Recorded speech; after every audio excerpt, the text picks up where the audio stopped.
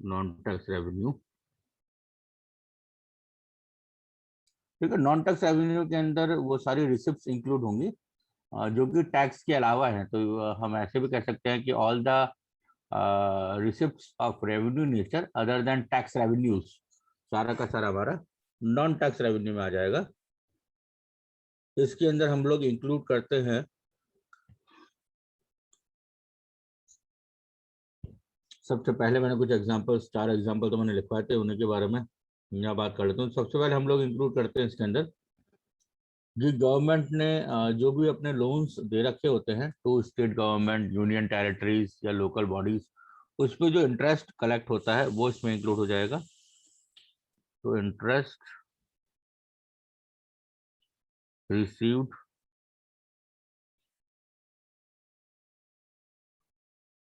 On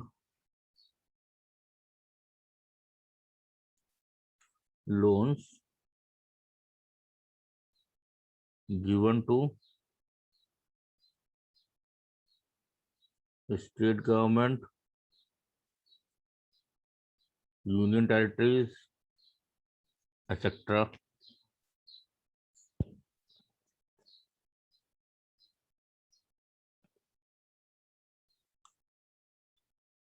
तो पहला तो हमारा क्या आ गया इसके अंदर, interest received.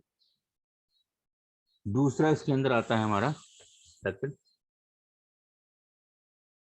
Profits and dividends.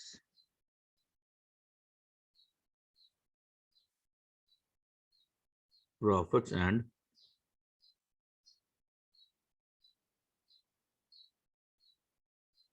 Dividends.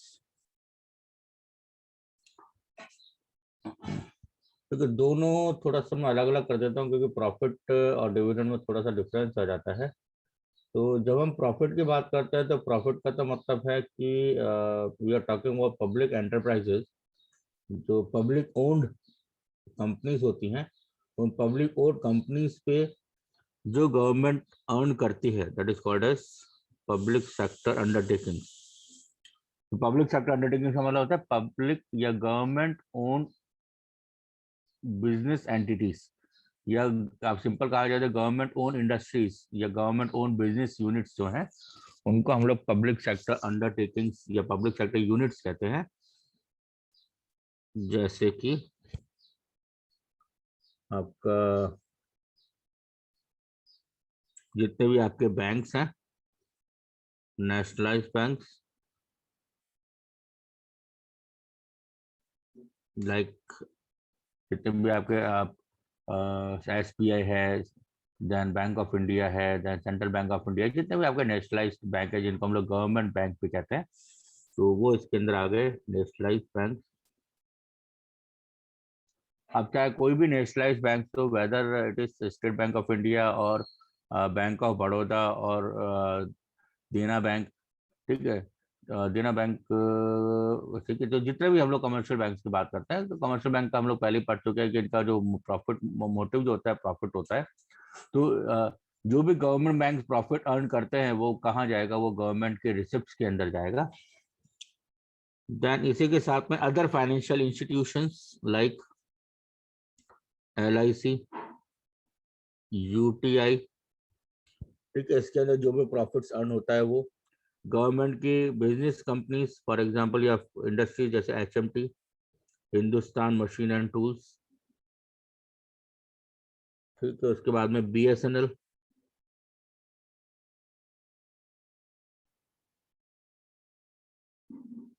Government की इंडियन एयरलाइंस, वो भी गवर्नमेंट ओन्ड है।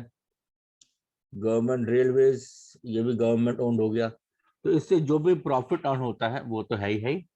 साथ में डिविडेंड्स जो हैं वो गवर्नमेंट का जो इन्वेस्टमेंट होता है, इनसे तो प्रॉफिट्स आएगा ऊपर वालों से। तो और डिविडेंड का जो मतलब हो गया वो मतलब हो गया इन इन्वेस्टमेंट्स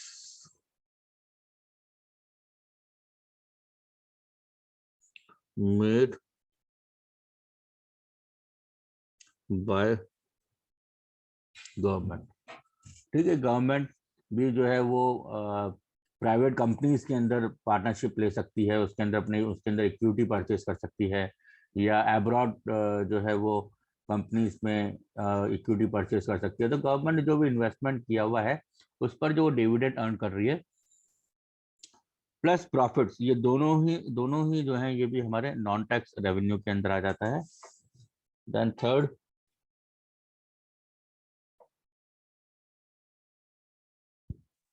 एक तो इंक्लूड होता है इसके अंदर फीस एंड फाइन्स।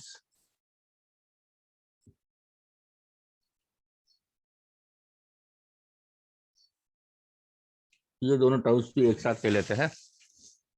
फीस का मतलब कि जो गवर्नमेंट की यूनिट्स हैं which are not particularly for profit motive, but फिर भी वहाँ पे कुछ ना कुछ कलेक्शंस होता है, जैसे गवर्नमेंट के जितने भी स्कूल्स हैं वो इसके अंदर आ जाएगा फीस में। गवर्नमेंट स्कूल्स,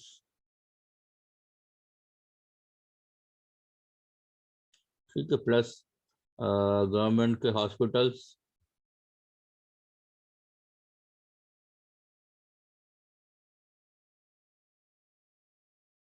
ठीक, इसी तरीके से गवर्नमेंट के जो म्यूजियम्स होते हैं या और जो गवर्नमेंट के टूरिस्ट प्लेसेस हैं जहाँ पे गवर्नमेंट जो है वो फीस वगैरह कलेक्ट करती है, सर्टेन अमाउंट कलेक्ट करती है, तो वो भी इसी के अंदर आ गया, तो वो एक्सेट्रा में डाल देता हूँ मैं।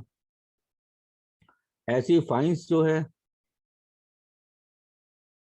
कि जहाँ पे लॉ ब्रेक होता है वहां पे गवर्नमेंट फाइन कलेक्ट करती है। फॉर एग्जांपल आप सिंपल सा चालान की ही बात कर लो कि अगर किसी ने हेलमेट नहीं लगाया होता है, पुलिस वाले पकड़ लेते हैं तो उसको चालान पे करना पड़ता है, तो वो चालान जो है वो भी गवर्नमेंट फाइन्स के कंटेक्स्ट के अंदर आता है।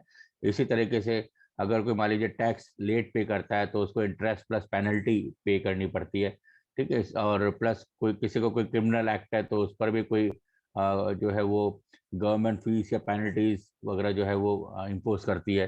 तो ये फीस वगैरह फाइन्स वगैरह उसके अंदर आ जाता है।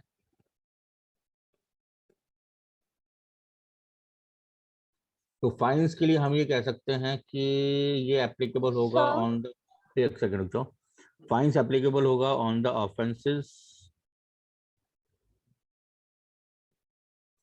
Offences committed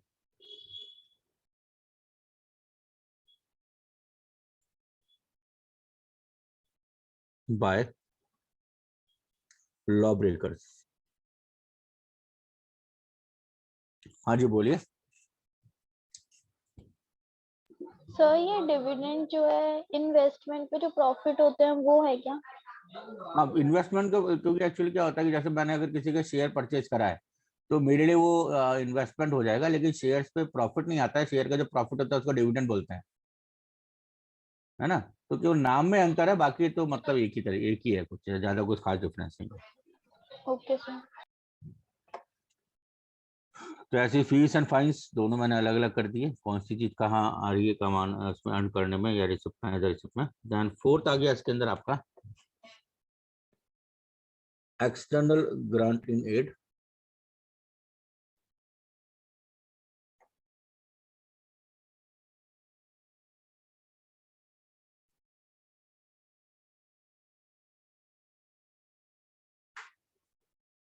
external grant in aid का मतलब होता है इसके अंदर हम इंक्लूड कर सकते हैं suppose donations,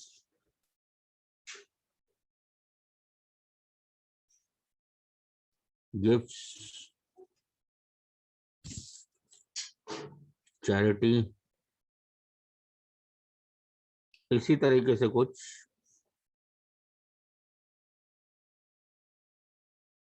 received by government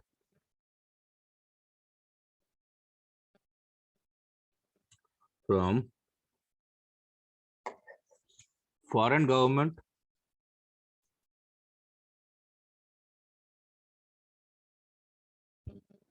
from foreign government and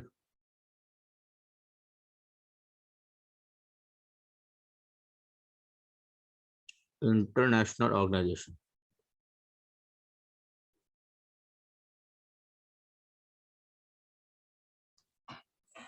ठीक है, तो ये भी आ गया हमारा कि कोई भी फॉरेन कंट्रीज से अगर हमने किसी भी तरीके का कोई गिफ्ट रिसीव करा है, कोई डोनेशन रिसीव करा है, कोई चैरिटी रिसीव करा है, या इससे रिलेटेड कोई कंट्रीब्यूशन हमने रिसीव करा है, कोई ग्रांट हमने रिसीव करा है from foreign government, from foreign nationals या international organisation like World Bank या IMF, वो भी हमारा एक्सटर्नल गारंटी एड के नाम से जाना जाएगा, और उसको भी हम लोग नॉन टैक्स रेवेन्यू में, नॉन टैक्स रिसिप्ट के अंदर लेंगे, या नॉन टैक्स रेवेन्यू कह लीजिए।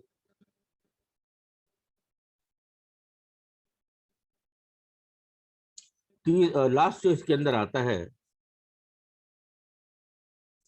जनरली वो इंडिया में तो कम देखने को मिलता है, इन दोनों तो कम देखने को मिलता है। हाँ, ब्रिटिश गवर्नमेंट पीरियड के अंदर काफी देखने को मिलता था, क्योंकि ब्रिटिश गवर्नमेंट पीरियड का जो होलसेल पर्पस था वो इंडिया को एक्सप्लॉइट करके जैसे भी कैसे भी हो इंडिया से जो वेल्थ है वो अपने ब्रिटेन कंट्री के अंदर ट्रांसफर करना था। तो इसलिए वो तो हर वो मुमकिन कोशिश करते थे, चाहे वो ज्यादा इम्पोर्ट टैक्सेस इम्पोज करके या कोई नया रूल्स लगा के, कि इंडिया की जो वेल्थ है वो ज्यादा से ज्यादा अपनी कंट्री में लेके जा सके। तो इसलिए जो फिफ्थ वाला मैं पॉइंट बता रहा हूँ, ये ब्रिटिश पीरियड के अंदर तो एप्लीकेबल होता था, पर इंडियन गवर्नमेंट के टाइम में ये चीज एप्लीकेबल नहीं है, क्योंकि इंडियन गवर्नमेंट का पर्पस ये नहीं होता कि हम लोग इंडियन से वेल्थ जो है वो किसी भी पर्पज से, कैसी भी पर्पज से, बिना किसी मतलब के हम लोग उनसे छीनते रहे, उनसे एक्वायर करते रहे। गवर्नमेंट जो है वो सोशल वेलबींग के लिए काम करती है, और आता वो इसी के अंदर है, और ये आ जाता है आपका एस चीट के नाम से, ESCHEAT। एस चीट का मतलब होता है कि जहाँ पे स्टेट की इनकम अराइज होती है इस वजह से कि कोई अपनी प्रॉपर्टी का कोई लीगल हेयर नहीं होता। मतलब कई बार ऐसा होता है कि किसी कोई प्रॉपर्टी का या कोई वेल्थ का कोई लीगल हेयर नहीं होता है, और जो लीगल हेयर थे वो उनकी डेथ हो जाती है, और वो प्रॉपर्टी किसी भी पर्टिकुलर पर्सन की नहीं होती है। ठीक है, तो ऐसी वेल्थ को जो है फिर गवर्नमेंट अपने अंडर एक्वायर कर लेती है, वो गवर्नमेंट की हो जाती है, उसको हम लोग एस चीट कहते हैं। तो उसको अगर लिखने की हम बात करें तो उसको कुछ ऐसे लिख लेंगे हम कि income of the government which income of the government which arises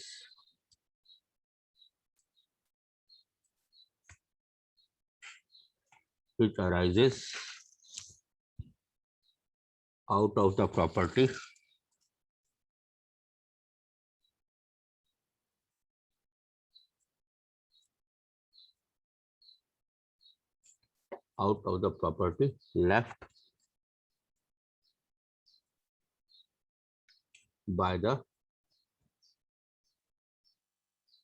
left by the people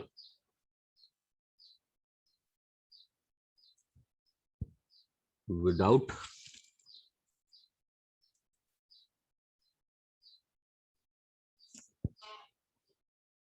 illegal hair।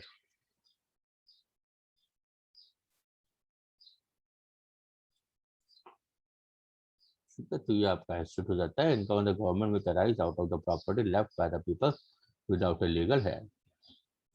बिना किसी कानूनी वारिस के प्रॉपर्टी को छोड़ के अगर जाया जाए तो वो प्रॉपर्टी गवर्नमेंट की हो जाती है। उस प्रोसेस को हम लोग एस चीट कहते हैं, या उस इनकम को हम लोग एस चीट कहते हैं।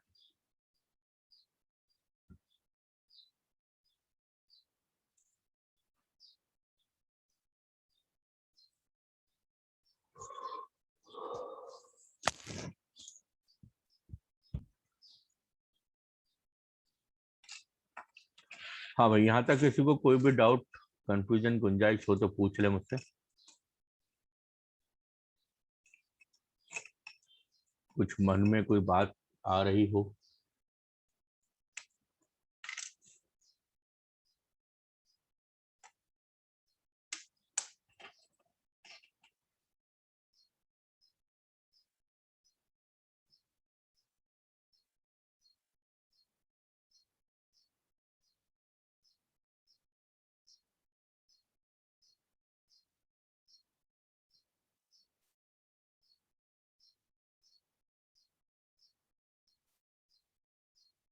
ठीक है, तो हम लोग आगे चलते हैं। तो ये तो हमारा सारा पार्ट खत्म हो गया, जो हम बात कर रहे थे रेवेन्यू रिसिप्ट की। अब हम लोग सेकंड रिसिप्ट पे चलते हैं, विच आर कैपिटल रिसिप्ट। और उससे पहले हम लोग एक मैंने रेवेन्यू रिसिप्ट और कैपिटल रिसिप्ट का डिफरेंस नहीं कराया था ना, जहाँ तक मुझे ध्यान। नहीं कराया था सर। नहीं कराया ना मैंने कैपिटल रिसिप्ट और रेवेन्यू रिसिप्ट का डिफरेंस। No sir. ठीक है, तो उसके बारे में थोड़ा सा डिस्कशन कर लेते हैं, फिर हम लोग आराम से अपने कैपिटल रिसिप्ट के बारे में बात करेंगे।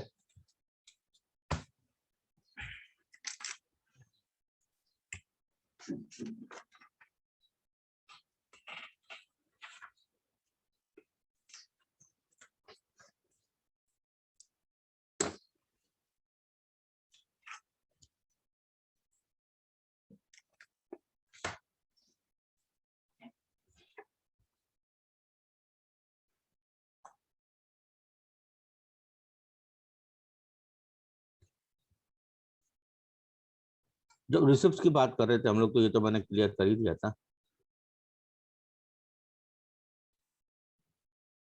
कि ये हमारी रेवेन्यू रिसिप्ट भी हैं और कैपिटल रिसिप्ट भी हैं, ठीक है ना। यहाँ तक तो हमारी बात हो गई थी।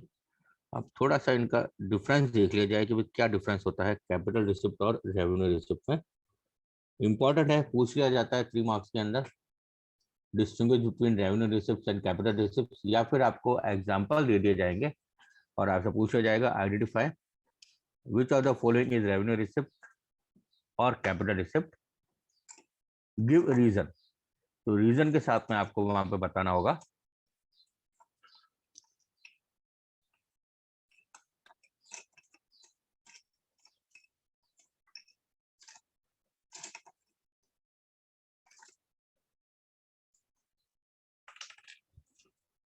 तो हम बात करते हैं अपना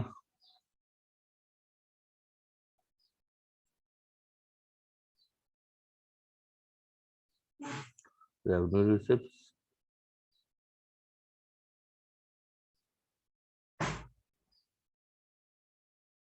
कैपिटल रिसिप्ट।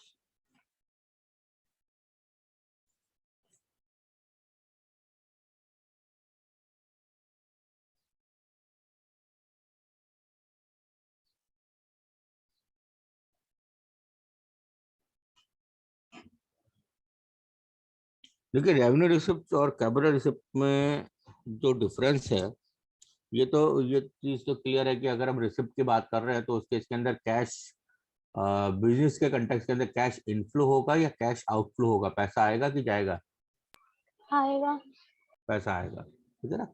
मतलब दोनों ही कंडीशन में, चाहे वो रेवेन्यू रिसिप्ट हो या वो कैपिटल रिसिप्ट हो, ये तो क्लियर है कि हमारे इस केस में कैश अंदर आएगा, दैट इज कैश इनफ्लो होगा।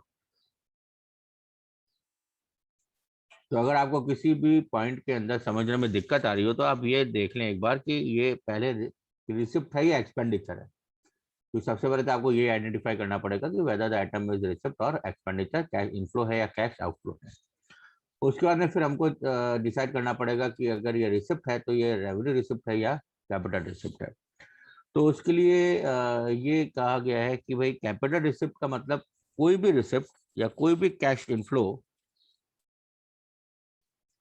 अगर उस रिसिप्ट की वजह से अगर पैसा गवर्नमेंट इंडिया के अंदर आता है या पैसा गवर्नमेंट रिसीव करती है और उस पैसे की वजह से या तो गवर्नमेंट की लायबिलिटीज बढ़ जाए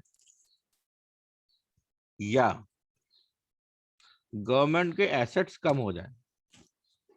क्या हो कि अगर रिसिप्ट की वजह से गवर्नमेंट ने अगर कोई रिसिप्ट दी है, गवर्नमेंट के पास में कोई पैसा आया है और उस पैसे के आने की वजह से अगर गवर्नमेंट की लायबिलिटीज बढ़ जाती हैं, सरदर्द बढ़ जाता है, गवर्नमेंट का बीपी बढ़ जाता है, दैट मीन्स वो कैपिटल रिसिप्ट है। या फिर कि गवर्नमेंट के एसेट्स कम हो जाते हैं, उसके पास में जो उसकी संपत्ति थी वो कम हो जाती है, उसकी वेल्थ कम हो जाती है, उसके इन्वेस्टमेंट्स कम हो जाते हैं, तो भी उस केस के अंदर हम कहेंगे कि वो हमारा क्या है, कैपिटल रिसिप्ट हो जाता है। अगर ऐसा नहीं है तो उसको रेवेन्यू रिसिप्ट, तो रेवेन्यू रिसिप्ट के लिए हम लोग नाइदर नॉर कह देंगे that means any receipt which neither results in creation of liabilities nor reduction of asset will be termed as revenue receipt. तो कैपिटल रिसिप्ट से क्या होगा? कैपिटल रिसिप्ट से या तो लायबिलिटी बढ़ेगी या फिर आपके एसेट कम हो जाएंगे, जबकि यहाँ वाले केस के अंदर ना तो मेरी लायबिलिटी बढ़ेगी और ना ही मेरे एसेट्स कम हो जाएंगे।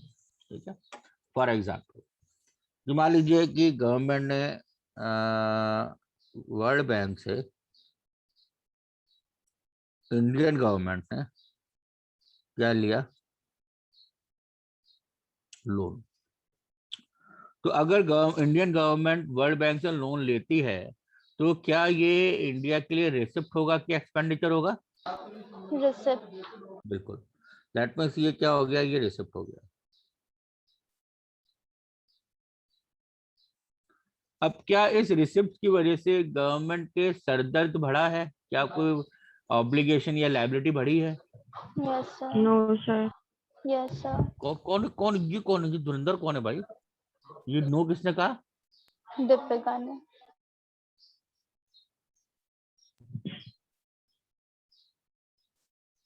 दीपिका, क्या हो गया बेटा? तबीयत ठीक नहीं है?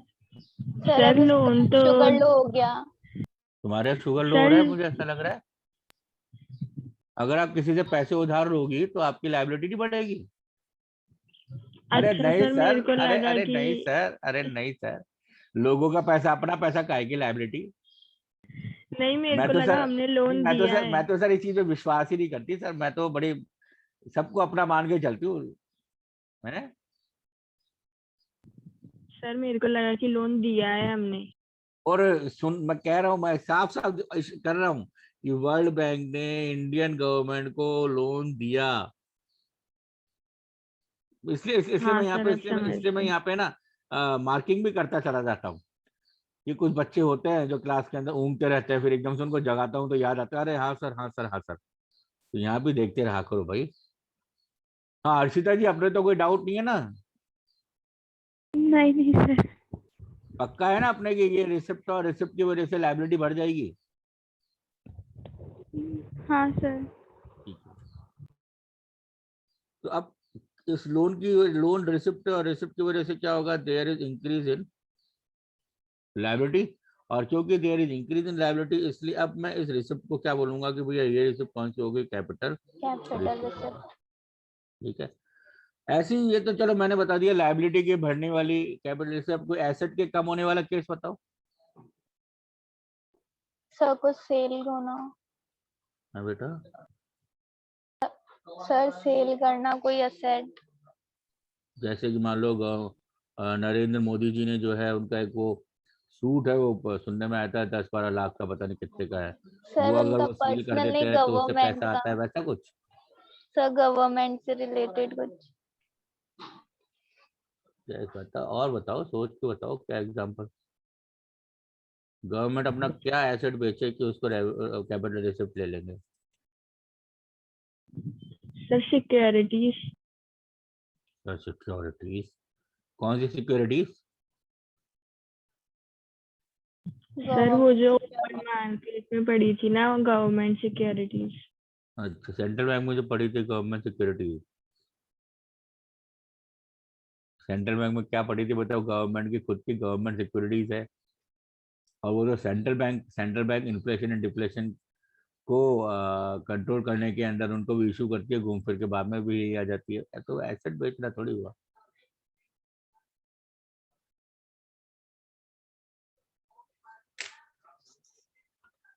कोई बात नहीं, कोई बात नहीं, बहुत बहुत प्रयत्न कर लिया आपने, अब रहने दीजिए।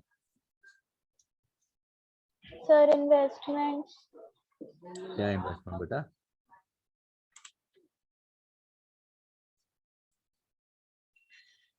जैसे कि अभी मैंने बताया था कि हिंदुस्तान मशीन टूल्स गवर्नमेंट की है, गवर्नमेंट की ओन्ड कंपनी है। ठीक है, इसी तरीके से फिर मैंने कहा BSNL। ठीक है, और इसी तरीके से एक समय मारुति सुजुकी। मारुति सुजुकी के अंदर भी गवर्नमेंट की मेजोरिटी स्टेक था। फिर धीरे धीरे क्या करा गवर्नमेंट ने, अपनी जो इक्विटी थी, अपना जो स्टेक था, अपने जो शेयर थे, उसको धीरे धीरे करके सेल करते चली गई। और फिर एट द एंड गवर्नमेंट ने अपना जो टोटल जो उसके अंदर शेयर था मारुति सुजुकी के अंदर, वो प्राइवेट सेक्टर को सेल कर दिया। ठीक है। ऐसी मान लीजिए एचएमटी है, बीएसएनएल है, इसका अगर कुछ ओनरशिप गवर्नमेंट बेच देती है, अपनी अपनी जो इंडस्ट्रीज हैं उसका कुछ पार्ट प्राइवेट सेक्टर को सेल कर देती है, ये सेल करना कहलाता है एसेट का कम होना। ठीक है। एक मैंने एक एग्जांपल लिया, मैं नहीं कह रहा यही एग्जांपल है, इसके अलावा और भी एग्जांपल हमको मिलेंगे जहां पे गवर्नमेंट के एसेट रिड्यूस होके गवर्नमेंट जो है वो कैपिटल रिस्क प्ले कराती है। तो मतलब यहाँ पर यह है कि चाहे वो कोई भी केस हो, चाहे लाइबिलिटी का बढ़ना हो, चाहे वो एसेट का कम होना हो, if there is change in liability और asset and there is cash inflow, then it will be termed as capital receipt. समझ में आ गया अच्छी तरीके से क्या होता है कैपिटल रिसिप्ट? सर ये Yes, एसेट के sir. बढ़ने वाला सर एग्जांपल समझ नहीं आया। कौन सा वाला बेटा? सर ये लास्ट वाला। हाँ, वो मैं इसलिए समझ में नहीं आया क्योंकि मेरे को लग गया था मैंने गलती कर दी एग्जांपल देके, क्योंकि इससे पहले मुझे आपको ये समझाना पड़ेगा कि प्राइवेटाइजेशन और डिसइन्वेस्टमेंट क्या होता है। सुना है? No sir.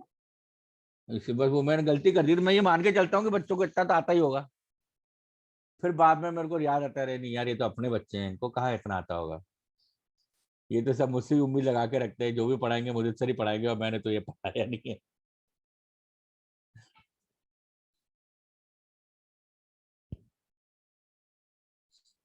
तो अपन दूसरा एग्जांपल ले लेते हैं एसेट का, जिससे कि आपको समझ में आ जाए। ये वाला भी ड्रॉप कर देते हैं कि मान लीजिए कि सेंट्रल गवर्नमेंट, क्योंकि हम सेंट्रल गवर्नमेंट की बात कर रहे हैं, सेंट्रल गवर्नमेंट ने राजस्थान गवर्नमेंट को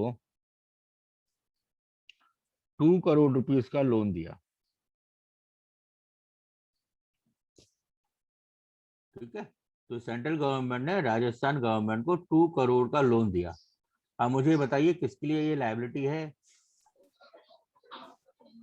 राजस्थान गवर्नमेंट के लिए लाइबिलिटी है और सेंट्रल गवर्नमेंट के लिए एसेट। मैंने पूछा ही नहीं, अब पूछूंगा। हाँ, अब बताओ ये एसेट किसके लिए है? सेंट्रल Central गवर्नमेंट के लिए। government. बेटा जब पूछे जाता है पता है, कोई ऐसे थोड़ी होता है कोई। इसके लिए ये एसेट है।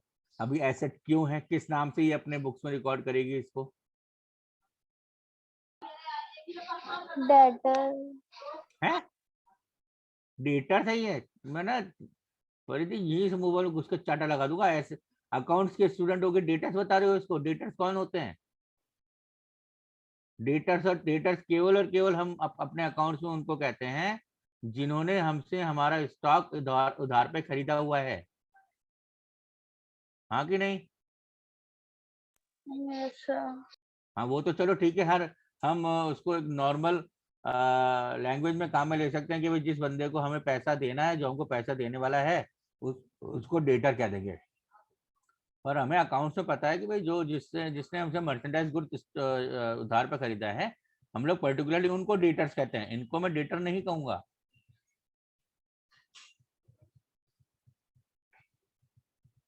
क्या है ये?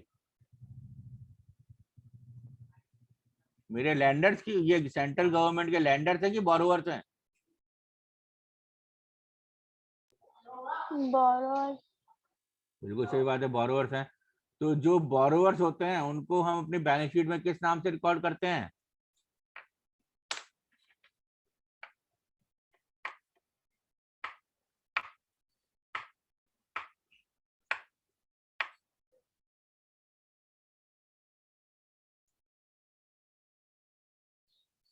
उनको हम रिकॉर्ड करते हैं अपने एसेट साइड के अंदर, फिक्स एसेट्स में, लोन एंड एडवांसेस के नाम से। तो यहाँ पे सेंट्रल गवर्नमेंट इसको रिकॉर्ड करेगी लोन एंड एडवांसेस। याद आया?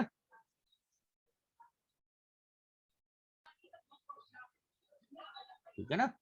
तो अगर हम लोन एंड एडवांसेस की बात करते हैं तो लोन एंड एडवांसेस एसेट्स होते हैं, और लोन एंड बोरोइंग्स की अगर बात करते हैं तो वो लायबिलिटी होता है।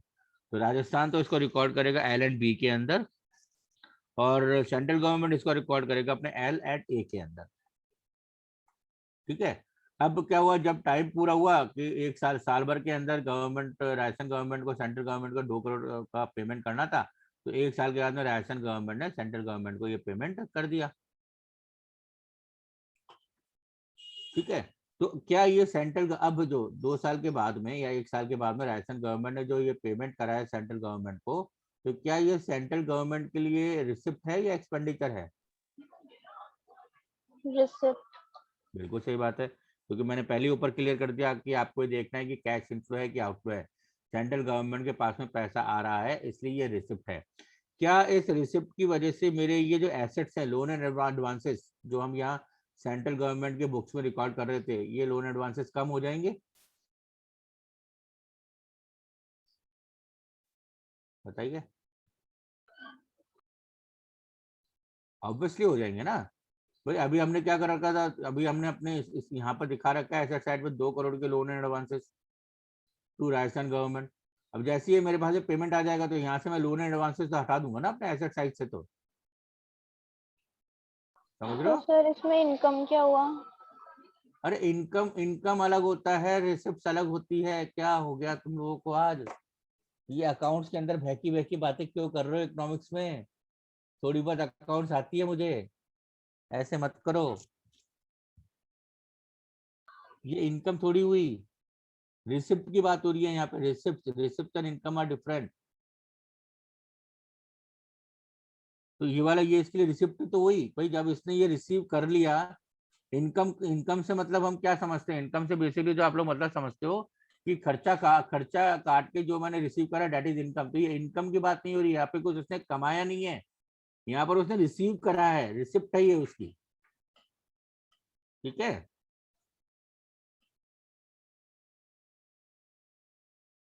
हेलो। Yes sir. है ना? अब ऐसी चलो हम लोग कैपिटल रिसिप्ट पे बात कर लेते हैं। जैसे अभी मैंने लाइबिलिटी वाली बात करी कि सेंट्रल गवर्नमेंट ने, यहाँ हमने ऊपर लिया था, सेंट्रल गवर्नमेंट ने लोन ले लिया, तो क्या इस लोन को मैं उसकी इनकम कहूँ? बताओ मुझे। No sir. क्यों नहीं कहेंगे? सर लायबिलिटी है। नहीं तो इनकम क्यों नहीं कहूंगा? सर क्योंकि वापस देना है। हाँ बिल्कुल सही कहा आपने। जबकि अगर हम यहाँ बात करते हैं, जो हमने ये रेवेन्यू रिसिप्ट पढ़ा है, गवर्नमेंट ने टैक्स ले लिया, क्या ये टैक्स गवर्नमेंट की इनकम है? बताइए। Yes sir. हाँ बिल्कुल। तो जो हमने, जितना भी हमने रेवेन्यू रिसिप्ट पढ़ा है, वो है इनकम, क्योंकि उसके अंदर गवर्नमेंट किसी तरीके की कोई ऑब्लिगेशन में नहीं है to repay the amount. if you are receiving certain amount, if you are receiving certain cash and with the receipt you are under certain obligation, तो वो इनकम नहीं हो सकती है। इनकम तो वो होती है जो टेंशन फ्री है, बिना किसी टेंशन के अगर मैंने कोई रिसीव्ड करा है, वो मेरी इनकम है। लेकिन अगर मान लीजिए मेरे पास में पैसा आता है, और पैसा आने के साथ में फोन आ जाता है कि तेरे पास 10 लाख रुपए मिला है तुझे, अभी मैंने कहा भी मिला है बेटा, शाम को आके ले जा रहा हूँ, 1 रुपये ऊपर नीचे नहीं होना चाहिए। अरे तो वो मेरे लिए इनकम कैसी होगी? वो तो सरदर्द हो गया कि शाम को आएगा आके ले जाएगा। वैसे ही यहाँ पर है कि अगर हमने कैपिटल रिसिप्ट के कंटेक्स्ट के अंदर कुछ रिसिप्ट करा है, चाहे वो लोन रिसीव करना हो, तो वो रिसिप्ट है कि हाँ ठीक है आपके पास में पैसा आया है, लेकिन वो इनकम नहीं है, क्योंकि आपको उसको रीपे करना पड़ेगा। वही चीज ये एसेट वाली बात है कि अगर आपने स्टेट गवर्नमेंट को लोन दे रखा था, और स्टेट गवर्नमेंट ने आपको लोन का रीपेमेंट कर दिया, तो आपने अपने लोन्स रिकवर कर लिए, और उस लोन को रिकवर करने की वजह से आपके जो एसेट्स हैं, जो आपने एक तरीके से इन्वेस्टमेंट कह लीजिए आप, या उसको आप लोन एडवांसेस कह लीजिए, वो आपके कम हो गए। ठीक है। और बाय द डेफिनेशन ये मेरे लिए कैपिटल रिसिप्ट है, क्योंकि any receipt which results in reduction of asset will be termed as capital receipt. Clear है अब? Yes sir. Yes sir. हाँ। हाँ जी, अब यहाँ तक किसी को कोई भी डाउट, कंफ्यूजन, गुंजाइश है तो भाई पूछ लो, क्योंकि मेरे को तो बड़ा ताज्जुब हुआ ये सुनकर ही कि आप इनकम और रिसिप्ट में ही बड़े कंफ्यूज हो रहे हो। किसी को डाउट है? किसी को भी? Harshita ji? No sir. No sir, clear है। नहीं, हर्षिता को थोड़ा सा डाउट है, मेरे को यहाँ से बैठे बैठे लग रहा है। नहीं सर, अभी आपने दोबारा ढंग से समझा दिया तो आ गया समझ। पता नहीं क्यों, पर मेरे को आपके बोलने से लगा कि आपके मन में ये बात थी, डाउट तो है। अभी सर से पूछूं या बाद में क्लियर हो जाएगा अपना आप पढ़ के? मुझे ऐसा साउंड हुआ। नहीं सर, क्लियर हो गया, आपने दोबारा से ठीक है। पूरा एक्सप्लेन किया। हाँ, क्योंकि देखिए मैंने आपको पहले भी कहा टेक्निकल सब्जेक्ट है, और जब तक किसी चीज को ढंग से समझ में नहीं आए, या जब तक हम किसी चीज को ढंग से समझे नहीं, तब तक उसको पढ़ने का क्या फायदा है? मतलब ऐसी मूवी देखने से क्या फायदा कि आप 3 घंटे बैठ भी जाओ और एट द एंड समझ में नहीं आया कि हुआ क्या? तो वो तो पैसा भी बर्बाद हो गया, एनर्जी भी बर्बाद हो गई, टाइम भी बर्बाद हो गई।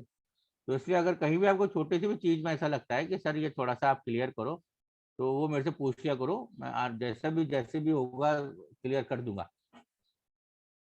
उसमें ऐसा कोई क्लियरेंस वाली कोई बात नहीं है, क्योंकि थोड़ा सा भी ऑनलाइन है, ऑनलाइन के अंदर हम लोग जो है वो फेशियल एक्सप्रेशन नहीं देख पाते हैं, तो हमें थोड़ा समझ में कम आता है कि यार बच्चों को समझ में आया कि नहीं आया।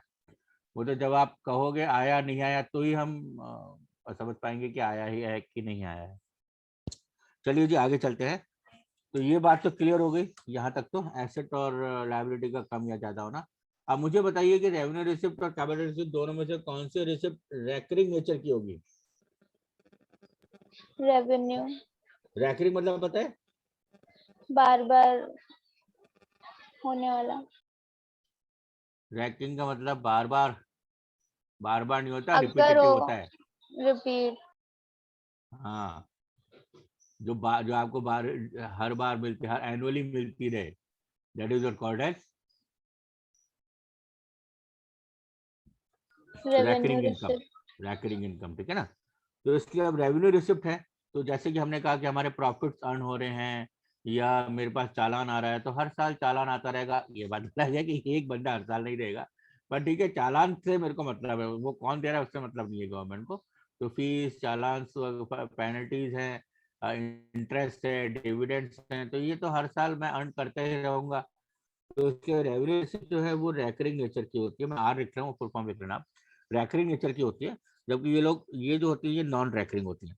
क्योंकि आपको डोनेशंस या जो लोन है, जैसे राजस्थान गवर्नमेंट ने आपको लोन रिपे कर दिया, तो ऐसे थोड़ी हर साल ही लोन रिपे करते रहेगी। अरे भाई, एक बार लोन लिया था, रिपे कर दिया। ठीक है, नेक्स्ट जो हम लोगों ने डिस्कशन करा वो भी लिख डालता हूँ यहाँ पे। इसके अंदर कोई फ्यूचर फाइनेंशियल ऑब्लिगेशन नहीं होता। No future obligation to repay the amount।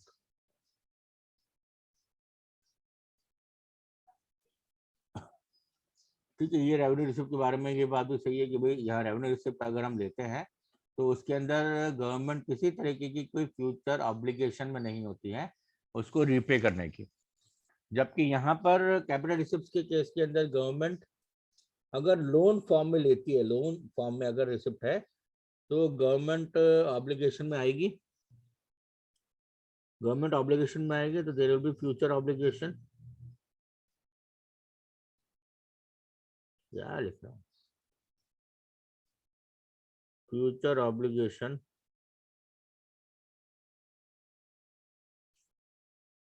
To repay. क्या रीपे क्या करना है? लो, या फिर अमाउंट।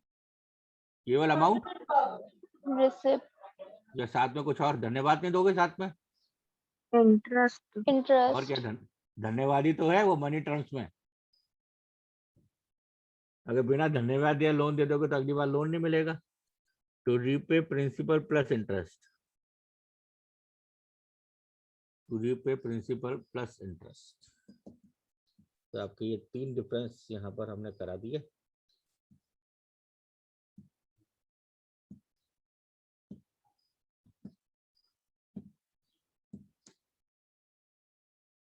इसके बाद में फिर एक क्वेश्चन लिखेगा। ये लिख लिया ना ऊपर वाला यहाँ तक पूरा? Yes sir. ठीक है। एक क्वेश्चन लिखा रहा हूँ, प्लीज बिना सोचे समझे जवाब मत देना, गलत दोगे, आराम से सोचना। 2 या 3 बार बोर्ड्स में पूछा गया है इसको, रीजंस वाले क्वेश्चन में।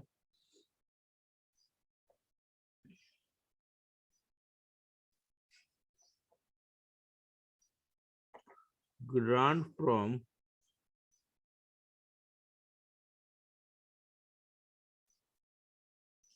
World bank, grant from World Bank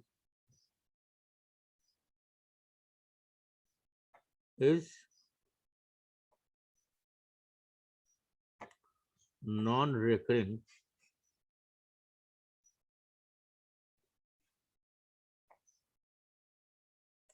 in nature, yet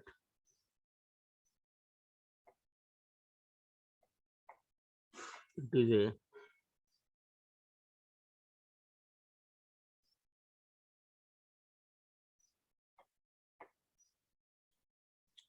revenue receipts.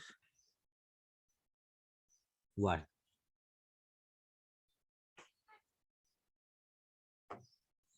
Grant in aid की बात कर रहे हैं हम लोग, लोन की बात नहीं कर रहे हैं। जो मैंने पढ़ाया था अभी एक्सटर्नल ग्रांट इन एड, तो जो external grant in aid India ने अगर रिसीव करा है, या कोई भी कंट्री अगर external grant in aid receive करती है फ्रॉम वर्ल्ड बैंक, तो it is non recurring in nature. अब वर्ल्ड बैंक ऐसा तो है नहीं ना कि हर साल ही डोनेशन देगा या हर साल ही ग्रांट देगा। तो grant from World bank is non recurring in nature. अब नॉन रेकरिंग है तो उसको कैपिटल रिसिव मानना चाहिए, पर फिर भी हम उसको रेवेन्यू रिसिव मानते हैं, क्यों? सर क्योंकि इसे वापस नहीं करना है। जी हाँ, बिल्कुल। तो इसके अंदर जो हमने थर्ड डिफरेंस लिया था वो वाला पॉइंट आ जाएगा कि in case of grant from World bank, country is under no future obligation to repay the amount. That's why it is revenue receipt.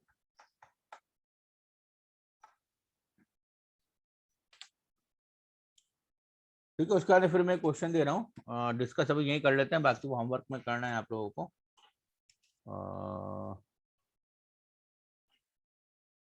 ये वाला है ना क्वेश्चन, ये दिख रहा है आपको? क्वेश्चन दिख रहा है ये वाला? क्लासिफाई द फॉलोइंग, क्वेश्चन दिख रहा है सबको? ये रेवेन्यू रिसिप्ट्स और कैपिटल रिसिप्ट्स वाला। हाँ, इसमें पूरा क्वेश्चन है ये, classify the following into revenue receipts and capital receipt, give reason. Classify the following into RR and CR, full stop, give reason. तो ये लिख करना है आपको होमवर्क के अंदर, लिख लीजिए कौन सा मैंने। पहला है loan from World Bank, loan है, ग्रांट नहीं है, loan from the World Bank.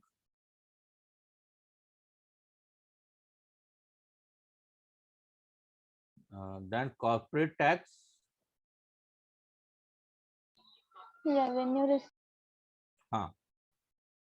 Then sale of shares, sale of shares held, हाँ, held by government of a PSU,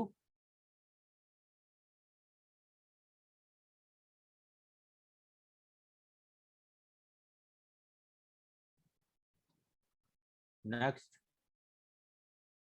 dividend received by government from a company, dividend received by government from a company।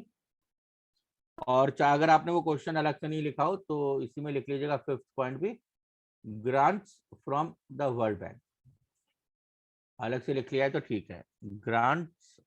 Sir ये fourth वाला revenue होगा क्या? हाँ बेटा बिल्कुल revenue है, क्योंकि डिविडेंड है। फर्स्ट आपका कैपिटल रिसिप्ट है, सेकंड आपका रेवेन्यू रिसिप्ट, थर्ड आपका capital receipt, fourth revenue receipt, और फिफ्थ ग्रांट अगर लिखा है तो वो भी रेवेन्यू रिसिप्ट।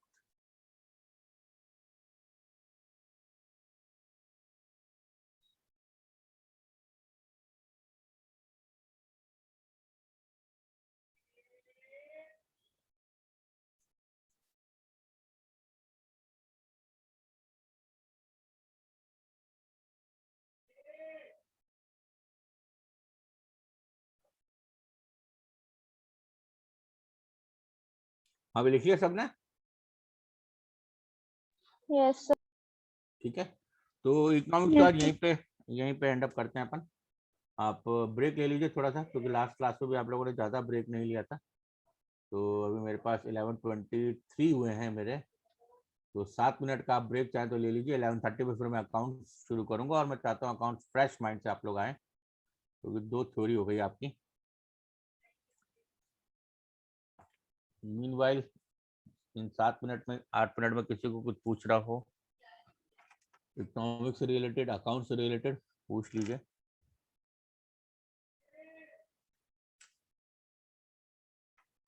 अकाउंट्स के अंदर हम लोगों ने लास्ट क्लास के अंदर गुडविल से हम लोगों ने शुरू करा था, तो उसमें कुछ पूछना हो किसी को।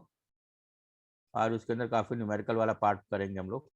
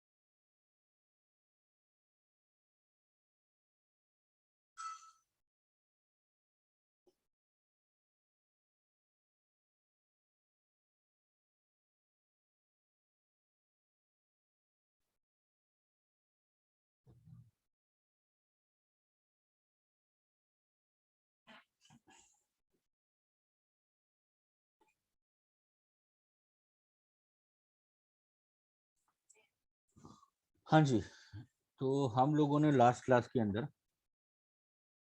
बात करी थी कि गुडविल को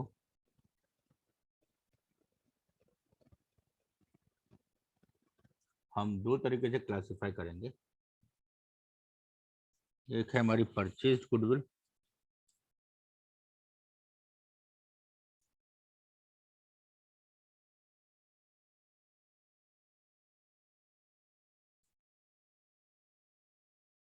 और दूसरी हमारी इनहेरेंट या सेल्फ जनरेटेड गुडविल।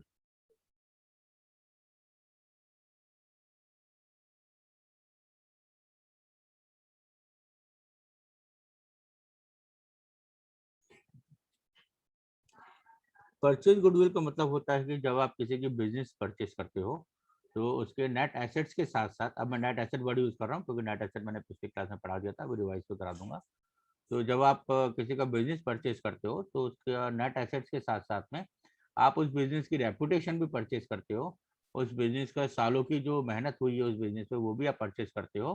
तो उस केस के अंदर आप जो उसका अमाउंट पे करते हो other than the net assets या any amount over than the net asset, उसको हम लोग कहते हैं द अमाउंट या वैल्यूएशन या value of goodwill.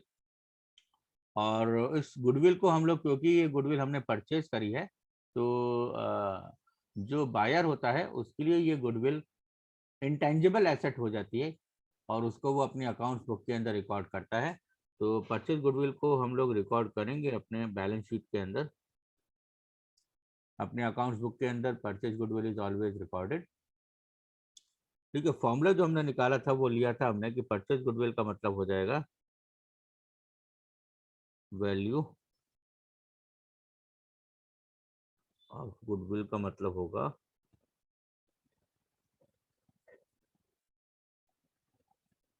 Purchase consideration minus net assets. और यहाँ पे नेट एसेट्स का मतलब ले लिया था हमने net assets is equal to total assets minus liability.